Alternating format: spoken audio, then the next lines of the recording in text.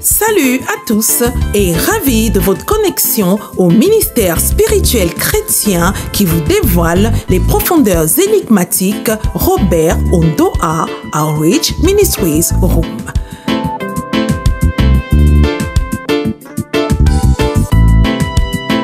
Faites du Room votre partenaire ministériel didactique favori et jouissez d'une croissance manifeste à tous égards.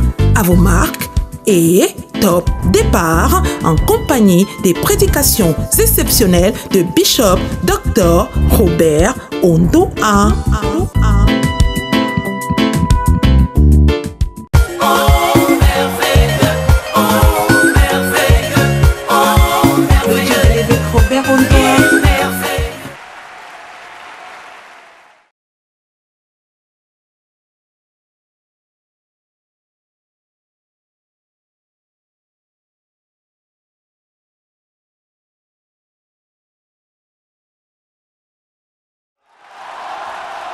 Trop spirituel,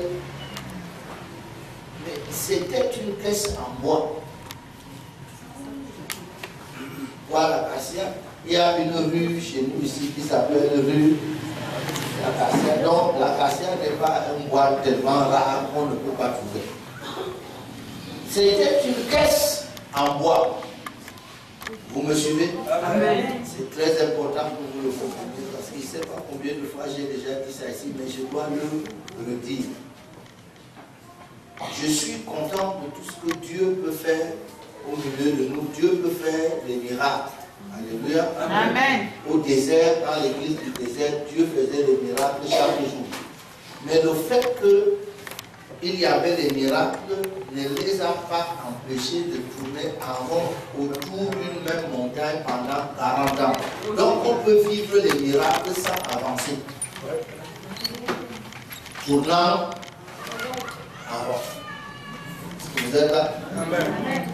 Donc, Dieu doit continuer de faire des miracles et de multiplier des miracles. Mais nous-mêmes, nous devons avancer. Vous êtes là? Amen. Nous devons avancer. Cette caisse en bois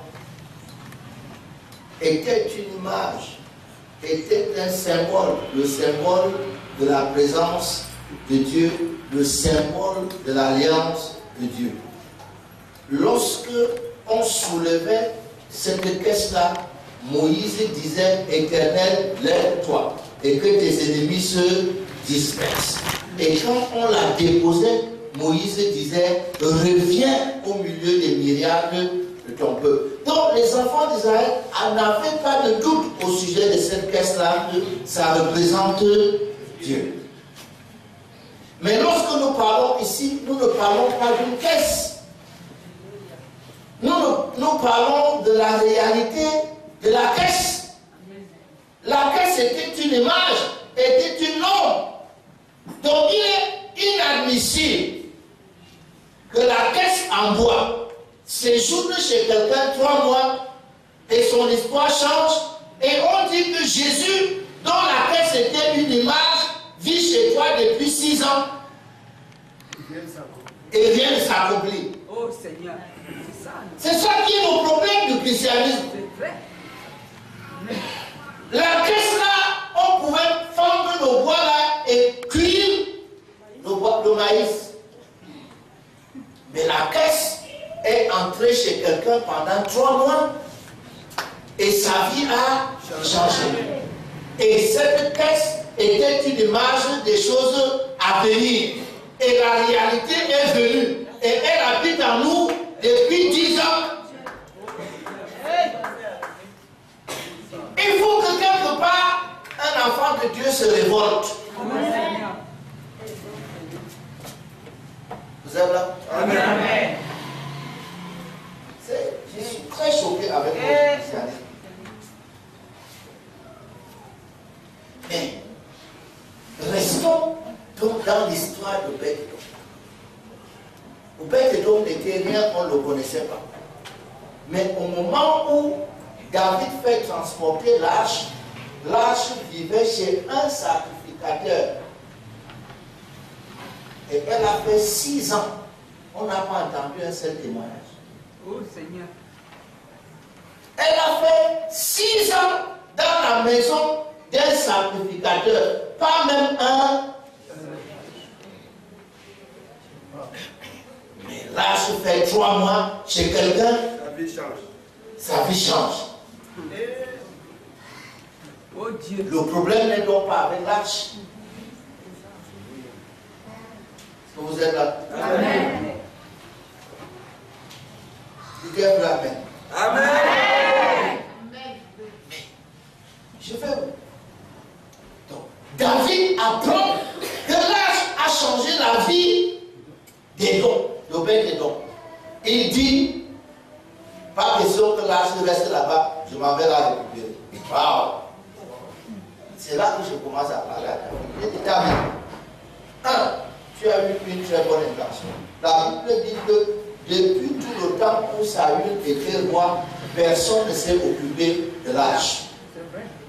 Dès que David prend le pouvoir, David dit, il faut prendre l'âge.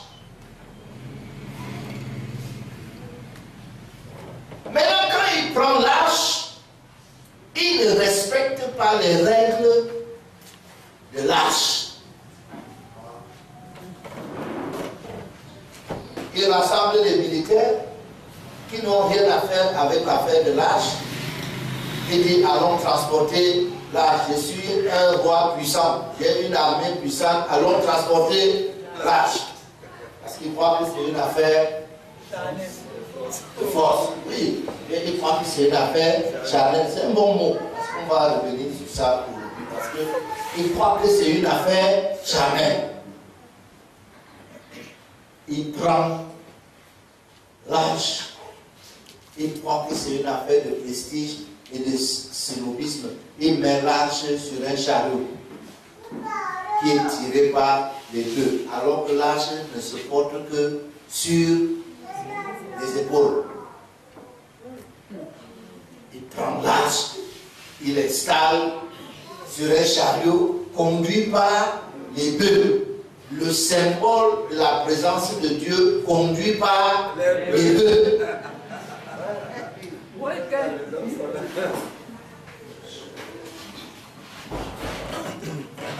Mais Dieu avait tout organisé. Il dit, il y a au milieu de vous là les gens qu'on appelle les sacrificateurs, là, c'est eux. Et ils portent l'âge sur les épaules, même si la distance est longue. Ils portent sur les épaules. Ils sont les porteurs de l'âge. Et l'une des choses que Jésus a faites pour nous, Apocalypse 1, 5 et 6, la Bible dit qu'il nous aime, numéro 1. Numéro 2, il nous a délivrés par son sang. Et numéro 3, il a fait de nous un royaume de sacrificateurs. Et qu'est-ce que les sacrificateurs font principalement? Ils portent l'âge. Amen. Et donc, si vous et moi, on est sacrificateurs, on porte l'âge. C'est un rappel. D'accord? Amen. On a déjà parlé de ça.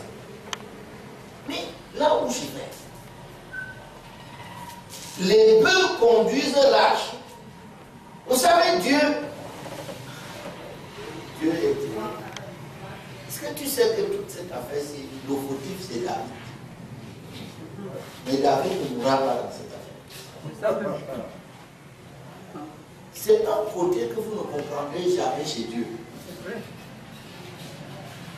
Parce que s'il y a quelqu'un qui doit mourir dans cette affaire, le premier c'est David. Mais David ne mourra pas. David ne mourra pas. Même demain, il ne va pas mourir. Parce que prochainement, il va organiser un recensement. Joie le supplie que s'il te plaît, c'est contre Dieu. Il fait. Le jour-là, Dieu tue 70 000 personnes. Il n'y a pas un seul fils de David qui est mort. Ouais.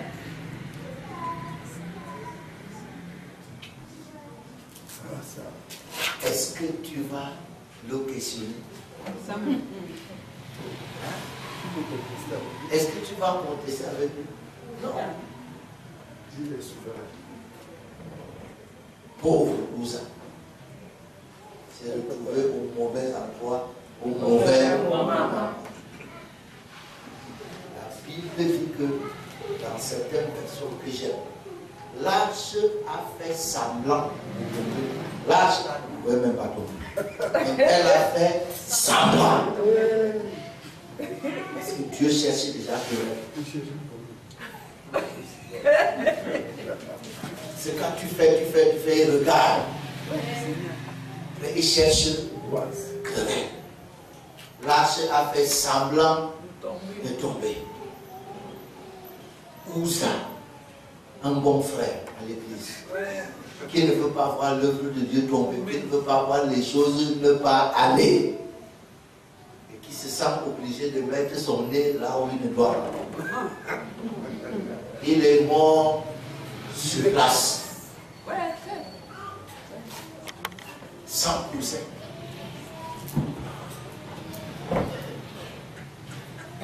Mais arrivé au niveau, le jugement est devenu condamnation. Donc, si le jugement est devenu condamnation, on n'a même plus besoin de te juger.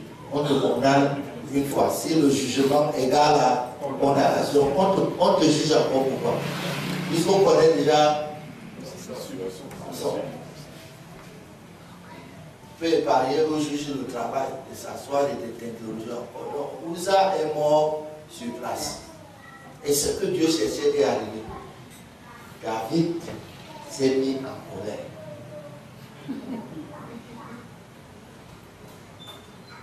C'est vous qui dites que Dieu ne fait rien.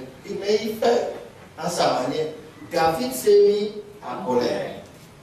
Et c'est là que j'arrive. Quand David se met en colère, c'est David qui dit que je ne vais pas amener chez moi l'arche qui tue.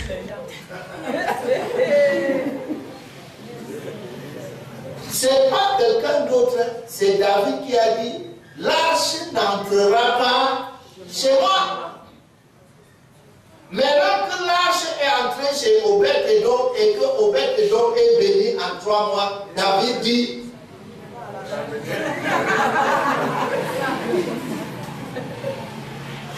Alléluia. Amen. Mais à ce moment-là, ça coûte un peu plus cher. D'abord, il a reconnu, lui-même dit, que la première fois, le Seigneur nous a frappés parce que nous ne l'avons pas cherché selon la loi. Il est parti chercher les sacrificateurs, les Lévites. Il a dit, la première fois, vous n'étiez pas, que le Seigneur s'est irrité contre vous. Parce que c'est vous seul qui pouvez porter l'arche. Mais c'est un détail. Mais, ce que je veux dire, c'est que les problèmes que nous avons, nous-mêmes nous les avons créés, mais aujourd'hui on ne voit plus qu'on les a créés. Quand David dit l'arche ne doit pas entrer chez moi, personne ne l'a forcé à dire ça. D'accord? Quand nous-mêmes, chrétiens, enfants de Dieu engagés, on descendait dans la rue, on chantait, on disait aux païens, prends ton argent, moi j'ai mon Jésus. Prends ton argent, moi j'ai mon Jésus. Maintenant les païens ont pris l'argent et t'ont laissé avec Jésus. Maintenant aujourd'hui tu vois que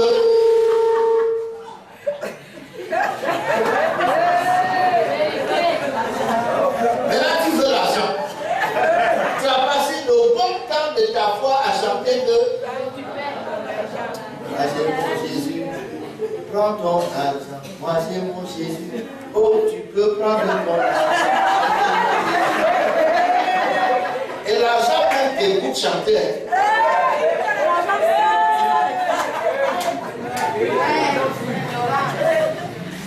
C'est les chrétiens eux-mêmes qui ont envoyé l'argent loin d'eux. L'église, c'est pas quelqu'un qui nous a forcé d'écrire ces gens-là. C'est nous-mêmes. Nous, on n'a pas besoin d'argent. Jésus lui-même, pour faire le ministère, avait besoin d'argent et il a organisé son ministère de telle manière qu'il ne manque jamais d'argent. Mais nous, on a dit, venu sur terre sans argent. C'est pourquoi je Sans argent.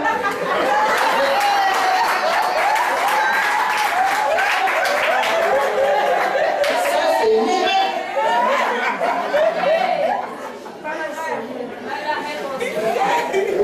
Vous prophétisez sur votre sort. Tu penses que tous ces gens-là ne construisaient pas quelque chose en nous? C'est vrai. Et maintenant, on a besoin d'argent. On voit les moyens avec l'argent, mais tout susceptiteur a des oreilles. Sinon, Jésus n'aurait pas parlé à un figuier. Hein?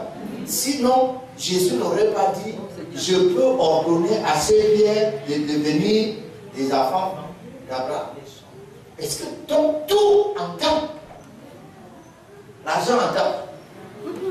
Et toutes les choses que tu condamnes s'éloignent de toi. Ce sont les lois de la vie. Hein. C'est pas même peu importe comment vous gérez. Il y a cette loi qu'on appelle la loi d'attraction. Peu importe ce que vous pensez, c'est une loi biblique. Jésus a dit, vous savez combien l'aigle vole haut? Mais Jésus a dit que là où tu vois le cadavre, là tu vas voir l'aigle. C'est-à-dire que l'aigle peut voler comme il veut. Mais si tu mets un cadavre ici en bas, il descend. Qu'est-ce que vous pensez? Ce n'est pas Jonas qui a dit du fond du bateau que c'est moi qui vous attire cette tempête. Où est le rapport entre quelqu'un qui dort au fond du bateau et la tempête qui est... Il a dit que c'est moi qui vous attire. Si vous voulez que ça s'arrête, jetez-moi dans la mer. Les gens ne voulaient pas. Comment on va tuer quelqu'un? Mais si vous ne le jetez pas dans la mer, vous n'aurez pas la paix. Donc ne pensez pas que ce qu'on prêche est faux. Une parole qu'on prononce sur toi peut attirer des choses dans ta vie. C'est vrai. C'est pas vrai? C'est vrai. C'est vrai. Une parole que toi-même tu prononces peut attirer des choses dans ta vie. Jésus n'a-t-il pas dit que par tes paroles tu seras jugé, par tes paroles tu seras condamné? C'est parce que quand les chrétiens disent ça, ils pensent à l'enfer et au paradis. Ils pensent quand ils vont mourir. Jésus a dit, une parole que tu prononces maintenant peut te condamner et peut te justifier. Par tes paroles, tu seras condamné. Par tes paroles, tu seras justifié. Est-ce que vous êtes là? Amen. Donc chaque jour, frappez les mains et adorez le Seigneur. Joyeux paix chaque jour, je m'en vais au paradis. Les cravates ne sont pas là-bas, je m'en vais au paradis. Les voitures ne sont pas là-bas, je m'en vais au paradis. Les cravates et les voitures entendent très bien comment tu chantes.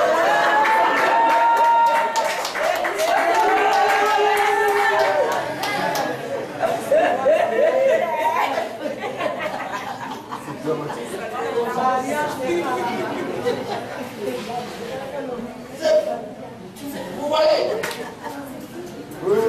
Même comme c'est dans une ambiance de rire, c'est des choses très graves que je suis en train de dire.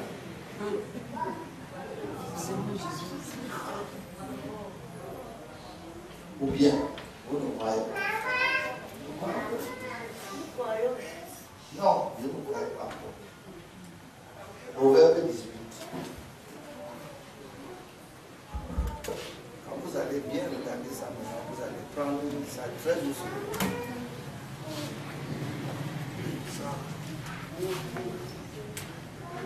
Proverbe 18. Vous connaissez Proverbe 18. Il y a,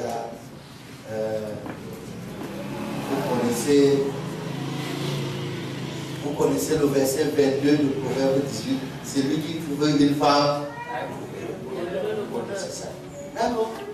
Mais lisons Proverbe 18 à partir du verset 22, mais en remontant. Donc ça veut dire qu'on a déjà lu le verset 22. Celui qui trouve une femme, trouve le bonheur. C'est une grâce qu'il obtient de l'Éternel. Alléluia. Amen. Proverbe 18, 21, il dit quoi? La mort et la vie sont au pouvoir de quoi? Quiconque l'aime en mangera les fruits. Donc tu vas manger les fruits de ta langue. Si tu aimes parler mal, tu vas manger les fruits. Mais si tu aimes parler bien, tu vas aussi manger les fruits. Il explique, le boutiquier les suit. C'est un juif.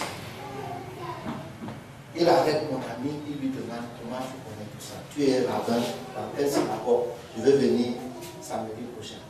Il lui dit non, je suis pasteur, et ainsi de suite. Il dit comment tu comprends, tu connais tout ça? Il dit c'est dans la Bible. Il dit non, il n'y a que les rabbins seuls qui peuvent expliquer ce que tu expliques. Non, il parle. Après il s'arrête. Il lui dit que mais quelque chose me dérange. Il dit quoi? Il dit comment tu peux expliquer tout ça comme tu expliques bien comme ça et tu es pauvre? C'est le juif qui dit. Il dit comment tu peux expliquer tout ça et tu es pauvre? Et mon ami réagit, je ne suis pas pauvre. C'est pas ici au Cameroun, il n'est pas pauvre. Il dit je ne suis pas pauvre. Il dit oui, non, non. Quand tu es entré ici, tu as commencé à regarder les chaussures de 3 000 $. Maintenant, tu es à 200 $. Un riche ne se comporte pas comme ça.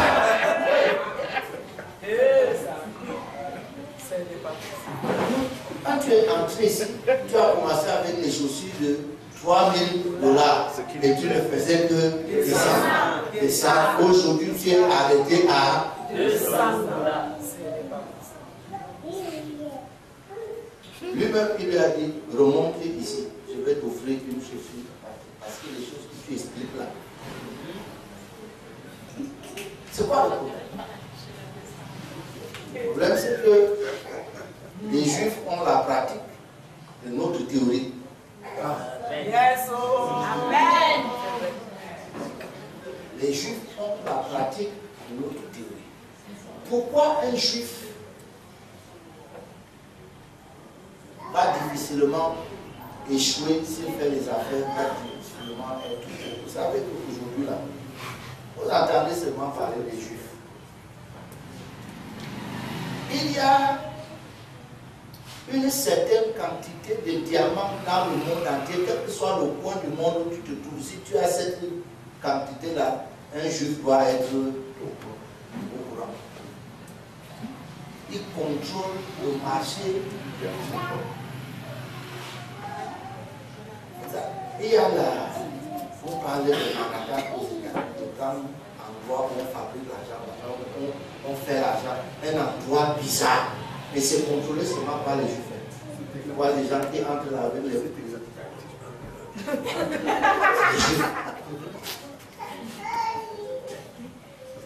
Qu'est-ce qu'il y a de particulier avec les Juifs? Chaque matin, quand un enfant juif se lève, la première direction, c'est la chambre de son père. Il récite devant son père 18 bénédictions qu'il a vues dans la Bible. Et son père prononce la bénédiction sur lui pendant le jour. Attends, toi tu peux te souvenir de quand ton père t'a appelé pour te bénir. Pour moi, je ne me suis pas souvenu d'un seul jour où mon père m'a appelé pour me bénir. Si ton père t'appelle, il faut pour te plomber. Parce que si tu as fait quelque chose de bien, il ne t'appelle pas pour te féliciter. D'abord, chez les émotions, si tu félicites un enfant qui a bien fait, il va commencer à mal faire. Donc, pour le garder, il ne faut jamais le féliciter. Donc, l'enfant grandit sans avoir l'impression d'avoir de la valeur.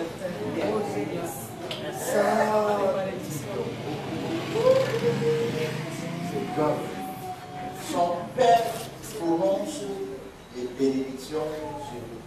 Il dit, je m'appelle tel, fils de tel, fils d'Abraham. Toi, tu es tel, tu es le fils de tel, mon fils. tu représentes cette famille quand tu sors. Cette famille est une grande famille et tu la représentes. Bénis son nom.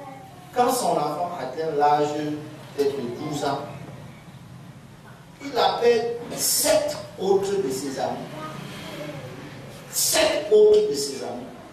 Les 7 amis qui lui-même entourent son enfant. Et chaque ami prend la parole. Il dit, je m'appelle tel.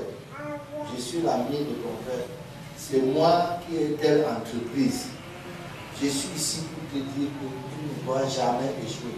S'il manque quelque chose à ton père pour que tu réussisses dans sa vie, dans ta vie, je suis là. Et tous les 7 parlent comme ça. Cet enfant-là qui sort de là, il n'y a pas la pensée d'échec possible dans sa tête, dans sa pensée. Il n'y a pas un moyen par lequel l'échec peut traverser sa pensée. Il est programmé pour réussir. Il n'entend pas toutes les choses que vous entendez chez vous avant de sortir au matin.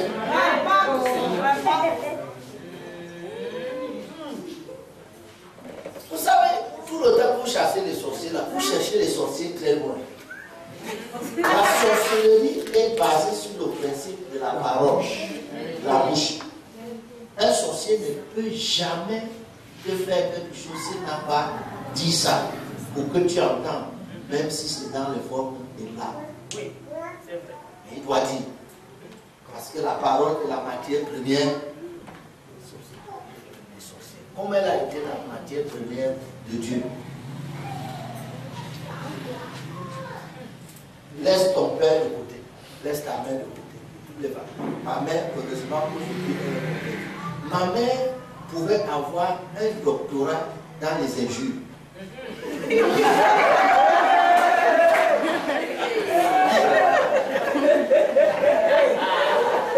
Toutes les parties de ton corps correspondaient à un animal dans la bouche. Et quand ma mère commence de regarde-moi la bouche comme elle cite le nom d'un animal. Regarde-moi son nez, elle cite le nom d'un animal. Regarde-moi ses pieds, elle cite le nom d'un animal. On pouvait lui donner le doctorat.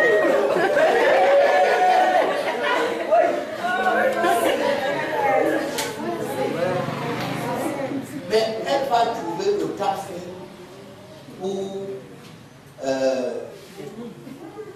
recevoir le bénéfice. C'est-à-dire qu'elle avait l'annuaire des injures, mais elle peut pas en même temps aussi avoir l'annuaire des bénédictions. Ah, ça.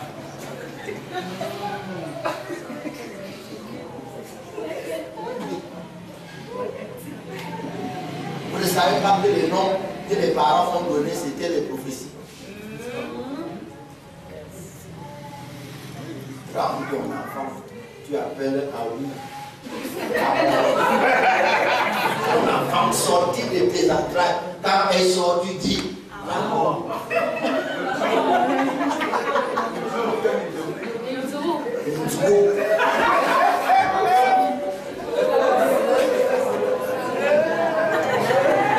Les pères.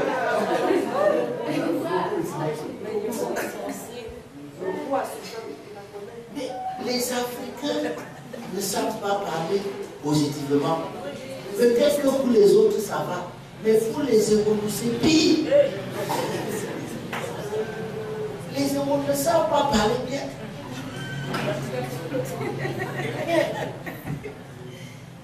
Un Héros ne peut pas dire tranquillement que je m'en vais me coucher.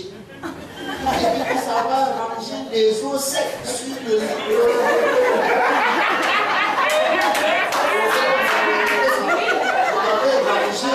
Les eaux secs. Pourquoi? Est-ce que ce n'est pas plus facile de dire que je m'en vais me coucher?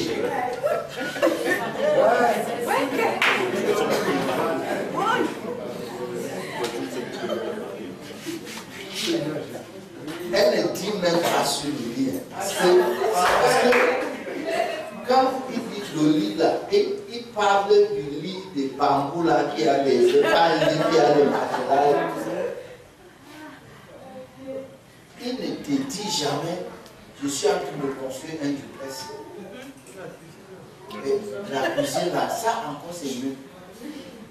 Il dit, eh ben, je construis une cabane.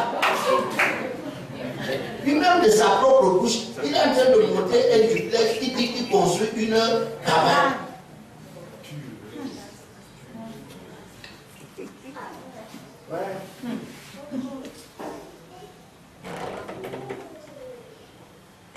Qu'est-ce que j'essaie de dire?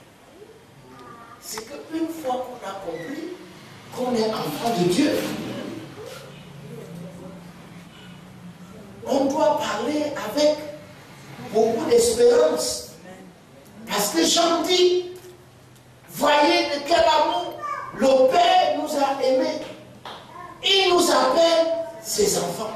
Et nous le sommes. Et nous ne sommes pas enfants de Dieu parce que nous venons de faire quelque chose pour être enfants de Dieu. Nous sommes enfants de Dieu parce qu'il nous a appelés enfants de Dieu. Et quand Dieu appelle, ça suffit. Dieu a tout créé. La Bible dit qu'il a vu que tout était très bon. Vous êtes là? Et tout était très bon, y compris le porc. Vous êtes là? Amen. Et puis un beau jour, il appelle Moïse. Il dit à Moïse qu'à partir d'aujourd'hui, le porc est impur. Moïse lui demande que le porc a fait quoi? Il dit rien. Je viens de déclarer qu'il est impur. C'est un décret. C'est pas que le porc a fait quelque chose. Il faut que tu comprennes d'abord ça. Que c'est pas que tu as fait quelque chose, c'est un décret. Que Dieu, un matin, il t'appelle son enfant. Il n'a pas attendu que tu fasses quelque chose. Si c'est rien seulement de croire en lui, en ce qu'il a dit. Vous êtes là? Amen. Ce vieux papa-là, il vieillissait, il n'arrivait pas à avoir d'enfant. Et Dieu le fait sortir de sa tente. Il dit que le problème que tu as, c'est ta tente-là. Chaque matin, tu regardes les lignes de Sarah, tu perds l'espoir que tu peux avoir l'enfant. Regarde un peu le ciel, il voit les étoiles. Tu vois? Amen. Et si tu peux les compter, quelle sera ta descendance? Mais ce Dieu, papa, là, n'a rien fait. Et après, il dit, commence à t'appeler Abraham. Il dit, mais comment? Je n'ai pas d'enfant, comment je m'appelle? Il dit, non, je ne veux pas attendre que tu aies les enfants pour que je t'appelle Abraham. J'ai décrété comme ça que tu t'appelles Père d'une multitude. Tant pis pour les gens qui vont se moquer. Dis aux gens que tu es enfant de Dieu, même si les gens peuvent énumérer dans ta vie une liste d'erreurs, mais dis-leur quand même que tu es enfant de Dieu. Tu es enfant de Dieu, pourquoi? Parce que Dieu m'appelle enfant de Dieu.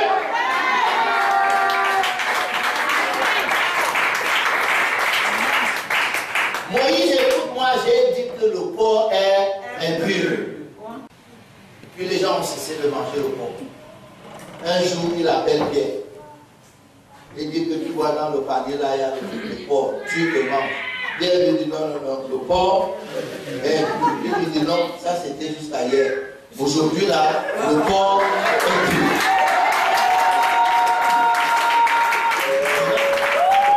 Le porc, entre-temps, n'a rien fait. Le porc est pur parce que Dieu l'a déclaré pur. Il dit à Pierre, attention, ne regarde pas comme souiller quelque chose que moi j'ai déclaré pur.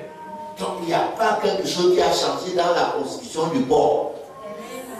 C'est toujours avec la même graisse, avec la même saleté, manger le caca, tout, c'est même saveur. Sauf que Dieu vient de dire, à partir d'aujourd'hui, le porc est pur. Donc, si Dieu un matin se lève et te déclare riche, ça n'a rien à voir si tu as quelque chose ou si tu n'as rien. Parce que c'est ce qui déclare qui va s'appliquer, qui va mettre la nouvelle loi de ta vie. Donc si tu es enfant de Dieu et tous les anges t'entendent dire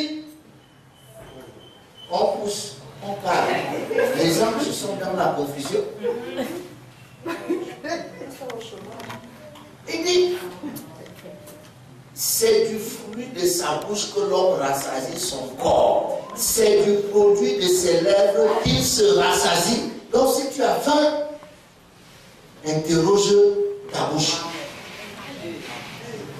Qu'est-ce que ta bouche dit? Vous savez? Oh.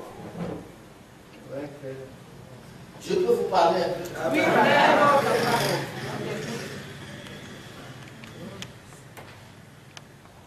Vous savez que la Bible dit qu'il y avait dans une ville, Nathan est parti raconter une histoire à David, David qui avait tué Uri pour prendre sa femme et tout ça. Mais laissez l'histoire David et Uri et tout ça, il ne m'intéresse pas. Mais l'histoire même que Nathan a racontée, c'est quoi? L'histoire, c'est que dans une même ville, il y avait deux hommes. Ils étaient dans la même ville. Comme il n'y a eu d'électricité pour les deux. Voyez-vous? Ils étaient dans la même ville. L'un était pauvre, l'autre était riche. Étant dans la même ville. Donc, je prie que vous trouvez ça simple. Ce n'est pas compliqué. Décidez que c'est simple. Chacun de nous est une ville. Jésus a dit que nous sommes une ville située sur une montagne. Individuellement, vous représentez pour Dieu une ville. Et en réalité, dans cette ville-là, il y a les deux hommes-là. Un riche et l'autre pauvre. Les deux vivent en vous depuis la naissance. Ce qui veut dire que vous auriez pu être riche plutôt que pauvre. Pourquoi vous êtes pauvre? C'est parce que le pauvre homme qui est en vous a été plus nourri que le riche. Depuis le ventre de ta mère, qu'est-ce que tu entends? On va manger quoi aujourd'hui? On va manger. Tu entends ça depuis que tu es dans le ventre. Donc, tu es habitué depuis le ventre de ta mère que tu viens dans un monde où on n'est jamais sûr de manger. Donc, la conscience du manque, c'est... La conscience du manque, c'est ça qui tu es né avec.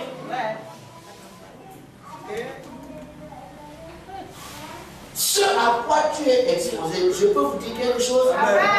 L'enfant qui naît, je vous assure, il peut aussi bien parler en matin que Badou. L'enfant là naît avec la capacité de parler. Il parle ce à quoi il est exposé. Vous parlez pas ça à la maison, il parle pas ça. C'est comme ça. Si l'enfant naît, on parle prospérité à la maison, il sera prospère. On parle pauvreté à la maison, il sera pauvre. Ce n'est pas la magie.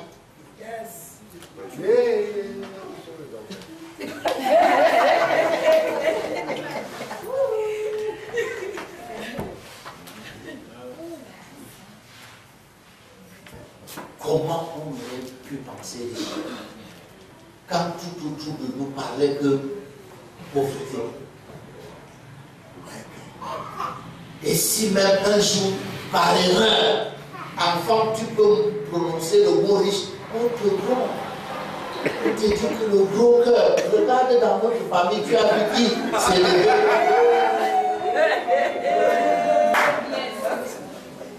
Le problème qui me choque, c'est que nous avons fui pour nous réfugier à l'église, mais nous avons trouvé pire à l'église. Il n'y a pas un autre endroit où on a cultivé la pensée de la pauvreté comme à l'église.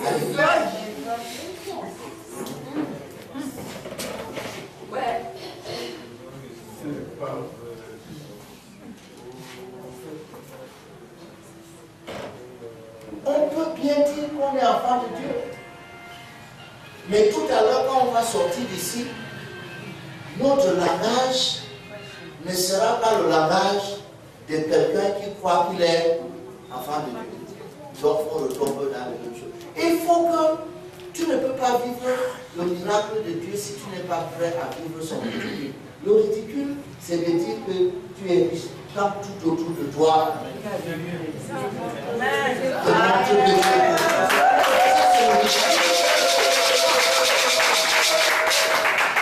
Mais il y a une grande force. La Bible dit que la femme avait la perte de sang depuis 12 ans. Mais qu'est-ce qui a guéri cette femme? C'est pas tellement Jésus, puisque Jésus a dit, j'ai senti une force qui est sortie de moi parce que quelqu'un m'a touché. Oh, Pierre lui dit que toi aussi tu exagères. La foule te presse. Il dit, Pierre, non, je ne parle pas de la foule qui me presse. Je parle de quelqu'un qui m'a touché. Il y a une différence entre presser et toucher. Et donc, ce toucher-là était intentionnel. Et non seulement il était intentionnel, mais il était préparé d'avant. La Bible dit que la femme se disait à elle-même, pendant combien de temps je ne serais pas capable de le dire. Mais elle disait, si je touche, je serai guéri. Si je touche, je serai guéri. Si je touche, on la voyait en route. Si je touche, je serai guéri. On dit, voyez la folle là. Si je touche, je serai guéri. Si je touche, je serai guéri. On dit, cette femme, il y a quelque chose qui ne va pas. Mais si je touche, je serai guéri. Si je touche, je serai guéri. Elle ne gérait pas tous ces gens à gauche et à droite. N'importe comment, elle a réussi à toucher. Et dès qu'elle a touché, elle a été guérie. Pourquoi? Parce qu'elle s'était conditionnée elle-même d'avance par sa confession qu'elle se faisait à elle-même et en elle-même. Si je touche un bord de son vêtement, je serai guéri. La vie répond non seulement à notre foi qui est au-dedans de nous, mais à notre confession qui est à l'extérieur. C'est la Bible qui nous dit. Si vous croyez de votre cœur, vous êtes déclaré juste, mais c'est seulement en confessant de votre bouche que vous êtes sauvés, que vous parvenez au miracle. Mais quelle est la confession? Un enfant de Dieu, ça doit avoir une confession. Si tu es enfant de Dieu, ça veut dire que tu es né de Dieu. Ça veut dire qu'il y a le caractère de ton parent en toi. Vous êtes là? Amen. Mais une fois de plus, ce dont on parle là, Jean a bien précisé que cette naissance-là n'est pas une naissance de la chair. L'un des problèmes que vous avez donc à l'église, c'est d'essayer d'imposer à la chair ce qui n'est pas du domaine de la chair. La Bible dit que la chair ne peut pas hériter de la vie de Dieu. Donc ce n'est pas la force, ce n'est pas la peine de chercher à entraîner quelqu'un qui ne peut pas entrer à une fête. Accompagne-moi à la fête, alors que tu sais qu'il n'aura pas accès. Il voyage pourquoi?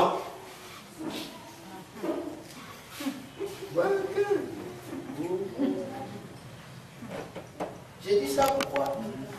Parce que quand je suis en train de parler comme ça, que tu es enfant de Dieu, que tu es l'enfant du roi, ton père est riche, tu es en train de me dire que regarde-moi. Tu m'invites à regarder moi. La chair, ta condition charnelle. Regarde-moi. Je n'ai ni père, ni mère, ni mari. Tu sais ce qui est vrai dans tout ce que tu viens de dire là, c'est que tu n'as ni père, ni mari. Alors comporte-toi comme quelqu'un qui n'a ni père, ni mari. Vous savez, j'aime la manière dont vous lisez les miracles de la Bible, j'aime les lire. Mais c'est des grandes leçons. Jésus trouve un monsieur là qui est malade depuis 38 ans. Vous êtes impressionné par le miracle? Oui, moi aussi.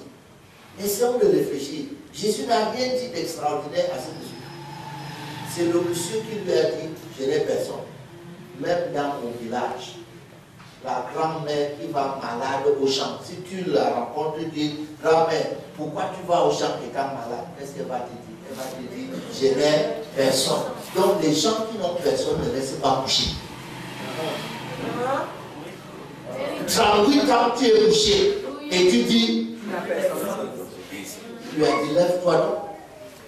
Parce que les gens qui n'ont personne ne restent pas. Si tu restes couché, qu'est-ce qui va se passer? Tu meurs, non? Simple leçon de la vie, ce n'est pas la maladie qui te tue, c'est la famille qui te tue. Donc même au village, on sait ça, la grand-mère là est obligée d'aller au champ malade. Pourquoi? Elle n'a personne. Et toi, tu es ici, tu tournes à l'église, tu dis, je n'ai personne.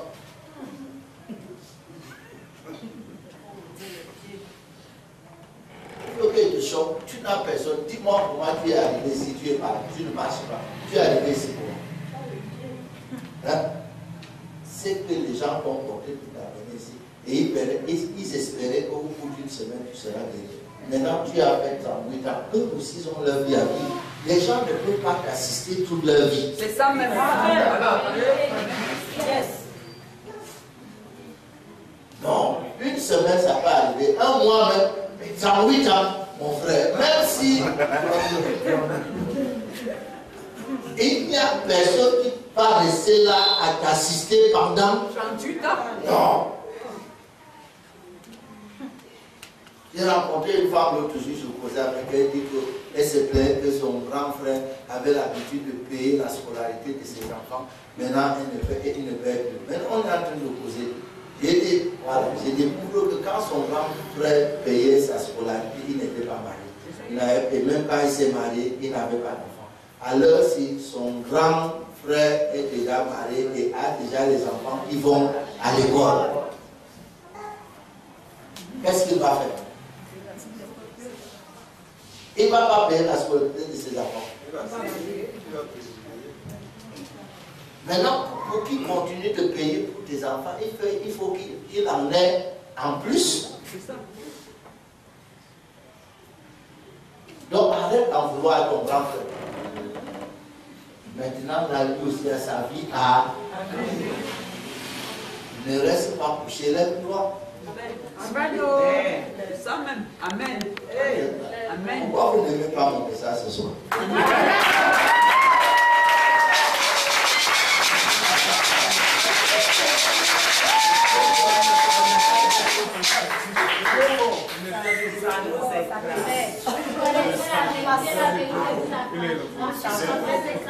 Donc je suis en train de dire, c'est David lui-même qui a mis l'arche de Dieu hors de sa maison. Et quand il a encore décidé de prendre, il est venu prendre. Donc c'est nous-mêmes qui avons mis ces choses de côté. Ramenons. Je peux vous expliquer des choses.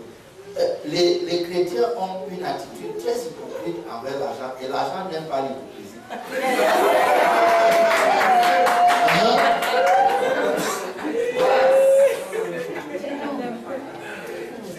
Pour paraître saint, ils font semblant de ne pas aimer l'argent.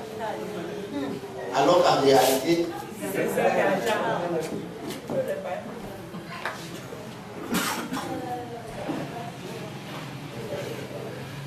allez chercher dans la Bible, je vous donne un devoir. Mais c'est la Bible qui le dit. La Bible dit, même dans ta chambre, ne maudis pas le riche. C'est écrit dans la Bible. C'est dit que même dans ta chambre, ne maudis pas le riche. Tu as parlé des oiseaux tout à l'heure. Et tu sais pourquoi il dit l'hirondelle pourrait l'entendre. C'est-à-dire pendant que tu maudis le riche dans ta chambre, l'hirondelle entend. Le vol et pas dire qu'il est comme ça. Emilienne n'aime pas l'argent. Donc là où on se préparait à te donner l'argent, ça se fait parce que l'hirondelle est déjà allée murmurer là-bas. Pas la peine d'envoyer l'argent à cette direction-là. Parce que je viens de chez elle, il est en train de maudire Photo parce qu'il faut toi l'argent. Maintenant, écoutez-moi très bien. Vous n'avez aucun problème avec comment Photo a eu son argent. Ça, c'est pas vos affaires. Comment il a eu son argent, c'est les affaires de Dieu. Vous n'êtes pas juge de comment Photo a eu son argent. La seule chose que vous pouvez gagner, c'est d'observer, de contempler ce que l'argent peut faire dans la vie de quelqu'un. Amen. C'est ça. Quand tu regardes Photo, tu vois ce que l'argent peut faire dans la vie de quelqu'un. Un gars Android. C'est ça, un gars Android. Voilà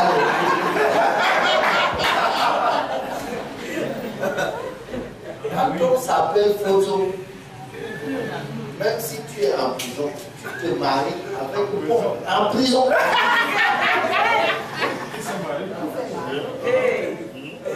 Toi, tu connais combien de prisonniers se marient en prison? Il s'est marié, Yves s'est marié en prison. Toi, tu connais combien de gens en prison? Et de cette façon-là, c'est que quand on s'appelle photo, même si on est en prison, c'est donc là que ce sont Kalaka.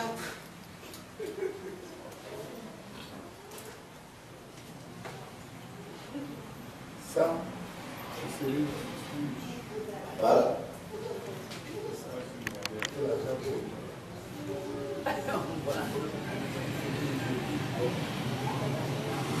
Galates 4, à partir du verset 1, j'ai seulement cité mercredi, il dit, or, la Bible dit, nous sommes, Jean a dit, nous sommes enfants de Dieu. Il dit, bien aimé, maintenant nous sommes enfants de Dieu. C'est quand que nous sommes enfants de Dieu? Maintenant. Ce n'est pas demain par hasard. Maintenant. Et maintenant, à l'heure où je vous parle, nous sommes enfants de Dieu. Il dit, mais ce que nous serons n'a pas encore été manifesté. Ça veut dire qu'il y a quelque chose qui va se manifester. Mais pour l'instant, on acceptons le fait que nous sommes enfants de Dieu. Même si ce que nous serons ne se manifeste pas encore, mais acceptons déjà l'idée que nous sommes enfants de Dieu. Malgré ce qui se passe autour de nous, on est enfants de Dieu. Malgré le fait qu'il n'y a pas la nourriture à la maison, on est enfants de Dieu. Malgré le fait qu'il n'y a pas l'argent pour payer la scolarité, on est enfants de Dieu. D'accord? C'est par là qu'on commence. On commence par être avant d'avoir. Amen. Hein? Amen. Il dit, et Paul dit, or, aussi longtemps que l'héritier est enfant, il appelle comment? Héritier. Aussi longtemps qu'il est enfant, je dis qu'il ne diffère en rien d'un esclave. Quoi qu'il soit le maître de tout. Si je suis enfant de Dieu, on a vu que je suis héritier de Dieu, non? Que je suis co-héritier de Christ. Et la Bible dit que Dieu a établi Christ héritier de toutes choses. Hébreux 1, 2. Il dit qu'il a établi Christ héritier de toutes choses. Et la Bible dit que je suis co-héritier de Christ. S'il a été établi héritier de toutes choses et que je suis son co-héritier, ça veut dire quoi? Je suis héritier de toutes choses. Et il y a tout dans toutes choses. Vous êtes là? Amen. Mais qu'est-ce qui est mon problème? Mon problème, c'est que quand je regarde autour de moi, ou sur moi-même, je vois le genre d'avis que je pose, je dis non, je ne peux pas être un héritier. Tu vois, tu es en train de renier ta vérité à cause de la réalité que tu vis. La réalité que tu vis n'est pas ta vérité. La vérité, c'est que tu es enfant de Dieu et que tu es héritier de tout. Est-ce que tout ton héritage s'est déjà manifesté? Non. Mais est-ce que ton héritage est vrai? Oui. Mais c'est toi-même qui dois maintenir la pensée de ton héritage jusqu'à ce que les mensonges de l'ennemi qui entourent ta vie disparaissent. Amen. Il dit que tu es le maître de tout. Il dit, mais ce héritier-là, maître de tout, parce qu'il est enfant, il est sous des tuteurs et des administrateurs. C'est le problème de certains d'entre vous. Vous avez fini toute votre vie chez vos parents. Certains d'entre nous, on a été chez des tuteurs. Il y a des bons tuteurs et il y a des tuteurs. pas envie de dire mauvais, mais il y a des tuteurs difficiles. Certains tuteurs, quand tu es chez eux, là, même si tes parents t'envoient l'argent pour les chaussures,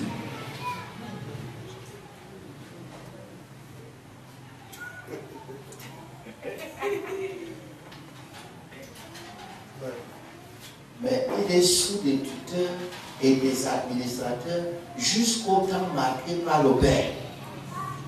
Nous aussi, de la même manière, lorsque nous étions enfants, nous étions sous l'esclavage des rudiments du monde. Vous êtes là? Mais lorsque les temps ont été accomplis, Dieu a envoyé son Fils, né d'une femme, né sous la loi, afin qu'il rachètât ceux qui étaient sous la loi, afin que nous reçussions l'adoption. Et parce que vous êtes fils, Dieu a envoyé dans nos cœurs l'esprit de son Fils, lequel crie Abba, Père. Ainsi, tu n'es plus esclave, mais fils. Et si tu es fils, tu es aussi héritier par la grâce de Dieu. Ce n'est pas par la grâce que vous dites là. Donc, la grâce de Dieu a fait que tu sois héritier. Et l'enfant ne sait pas réclamer son héritage. Est-ce que vous êtes là? Amen. Donc, c'est le problème qu'on a. Quand on est enfant, on est esclave. Et quand on est esclave, on ne sait pas revendiquer ses droits. Vous savez que lorsqu'on a aboli l'esclavage aux États-Unis, il y avait un esclave qui savait lire un peu et qui partait tous les matins acheter le journal pour son maître. Lorsqu'il a acheté le journal ce matin, il a lu que l'esclavage a été aboli et que tous les esclaves sont libres. Lui, il n'est pas rentré chez son maître. Il est rentré dans tous les campements, toutes les plantations où les nègres étaient pour aller leur dire nous sommes libres. Nous sommes libres. Et les gens lui demandaient de quel livre. Il dit que c'est écrit ici. Et quelqu'un lui demande donc tu crois ce qui est écrit dans le papier là. Est-ce que vous êtes là? Amen. Mais c'est une histoire vraie, réelle. Les esclaves dans toutes les plantations de canne à sucre là ne croyaient pas. Il dit nous sommes libres, c'est écrit ici. Quelqu'un dont tu crois à ce qui est écrit dans le papier. Mais lui, il n'est pas rentré chez son maître parce qu'il avait lu sur le journal officiel que l'esclavage est aboli et tous les esclaves sont désormais libres. Ses frères n'ont pas cru. Mais lui, il a cru. Tu veux être de quel côté? Du côté des frères qui ne croient pas ou bien du côté de celui qui a lu et qui a entendu que nous sommes libres?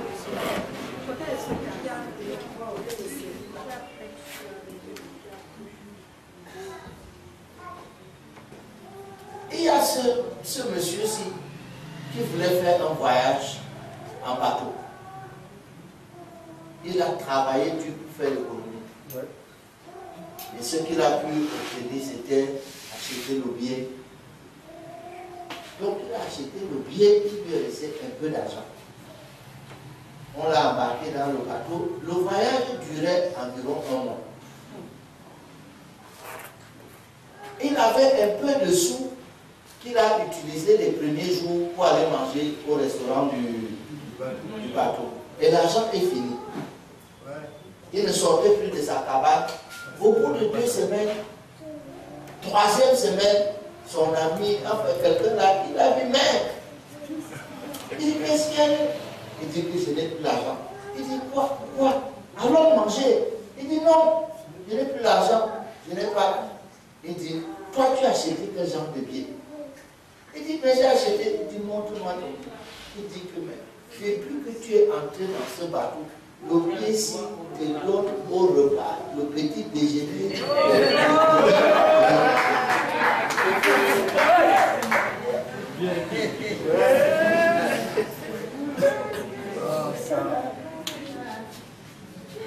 Le ticket là, qu'on a appelé le salut, depuis que tu l'as eu, tu as droit. Mais c'est seulement.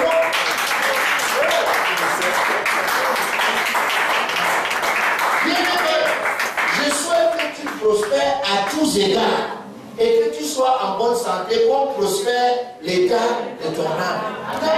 Non, moi, ici, je m'intéresse seulement à la prospérité de mon âme, même si je n'ai rien. Si tu as tout de prêcher, quel évangile là? L'évangile se dit que une fois que ton âme a commencé à prospérer, tu dois jouir de la bonne santé et tu dois prospérer à tous égards. Donc Dieu n'est pas au courant que tu es en train d'échouer. L'information là n'est pas encore arrivée parce qu'aucun ange n'a le courage d'aller lui donner.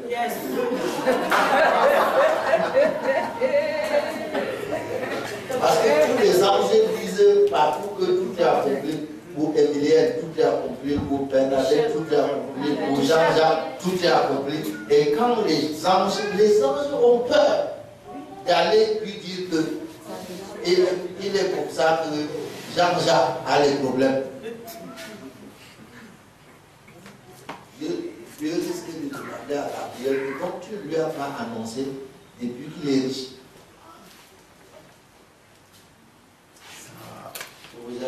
Amen. Vous êtes enfant de Dieu. Et enfant de Dieu, il dit à tous ceux qui l'ont reçu, il leur a donné le pouvoir de devenir enfant de Dieu. Il y a un pouvoir qui nous a été donné pour devenir enfant de Dieu. Ça veut dire que si nous devons vivre comme enfant de Dieu, on doit vivre avec ce pouvoir-là. On doit vivre avec le pouvoir qui nous a été donné pour devenir enfant de Dieu. Ça n'a rien à voir avec la chair. Ça n'a rien à voir avec si ton père t'a laissé un héritage ou pas.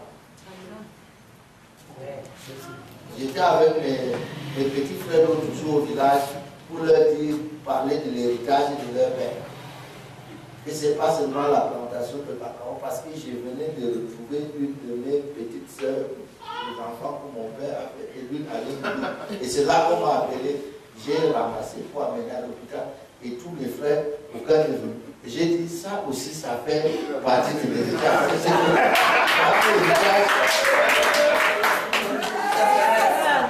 Votre part d'héritage, c'est pas la cacaoyenne. Mais ça aussi, c'est. Donc, certains d'entre nous, on n'a pas déjà l'héritage positif, mais en plus, on a l'héritage négatif. Il faut gérer le passif. L'actif n'est même pas déjà impressionnant, mais. Si vous êtes là. Amen. L'héritage.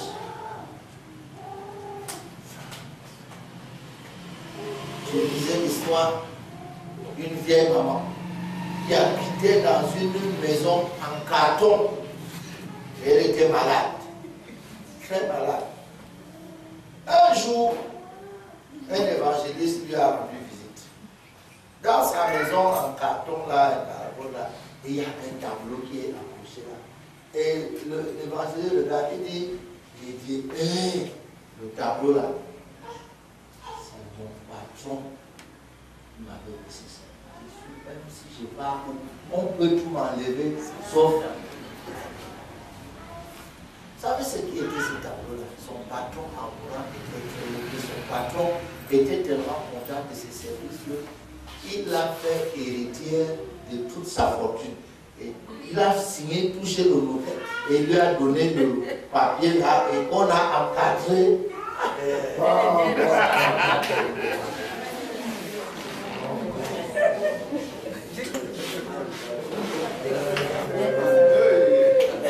Mais gardez ça là. Tu veux toucher j'ai dit non, non, non, laisse ça là. Même si je suis pauvre comme ça, même si je suis malade, quand je regarde ça, mon cœur est un peu content. Ça s'appelle quoi? Ignorance. Et mon peuple est dans la souffrance parce qu'il lui manque connaissance. Ce n'est pas à cause de ce que Dieu n'a pas fait. D'accord? Amen. Maintenant, vous allez me dire, mais on va faire comment alors pour que ça se manifeste? C'est pour ça qu'il y a dimanche. Amen.